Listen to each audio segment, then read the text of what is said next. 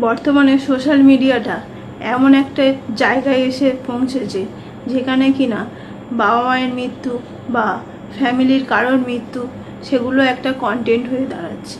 কেউ শ্রাদ্ধ বাড়িতে কেমন করে সেজে যাচ্ছে সেই ভিডিওটাও শেয়ার করছে। যার কাছের মানুষ চলে যায় সেই মানুষটাই জানে সে কি হারিয়েছে।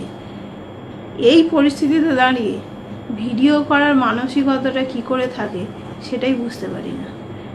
কে বা এরকমভাবে ভিডিও করতে পারে, মানে একটা দুটো নয়, যে না তার যে ভালোবাসার মানুষরা আছে বা ফলোয়ার্সরা আছে তারা হয়তো সেই মানুষটাকে এতদিন দেখতো, তাদেরও হয়তো জানাটা দরকার যে কিনা সেই মানুষটা আর নেই। ঠিক আছে, একটা ভিডিও, এই 10টা 50টা ভিডিও তো বানানোর দরকার নেই। যখন তুমি সেই মৃত মানুষটাকে নিয়ে 10টা 50টা ভিডিও বানাচ্ছ তখন তো আর সেটা কাউকে জানানোর জন্য বানাচ্ছ না, তো সেটা কন্টেন্ট হয়ে যাচ্ছে। তোমার হয়তো মনে হতে পারে যে আমি আমার কাছের মানুষটা এই শেষ মুহূর্তগুলো ভিডিও করে রাখতে চাই যাতে ভবিষ্যতে দেখতে পাই। এই ভিডিওগুলো তো কোনো মানুষই দেখতে চায় না। এগুলো তো কেউ কখনো স্মৃতি করে রাখতে চায় না যে তার কাছের মানুষটা আর নেই। সেই মানুষটা যতদিন বেঁচে ছিল তার তো আরও অনেক স্মৃতি ছিল, সেই স্মৃতিগুলো ধরে রাখাটাই ভালো। তোমার এই ভিডিওগুলো যে মানুষগুলো দেখবে তাদেরও ভালো লাগবে না। তারাও কোনো না কোনো একদিন তাদের কোনো কাছের মানুষকে হারিয়েছে। তারা যখন দেখবে তাদেরও মন খারাপ হবে, সেই মানুষটার কথা মনে পড়বে।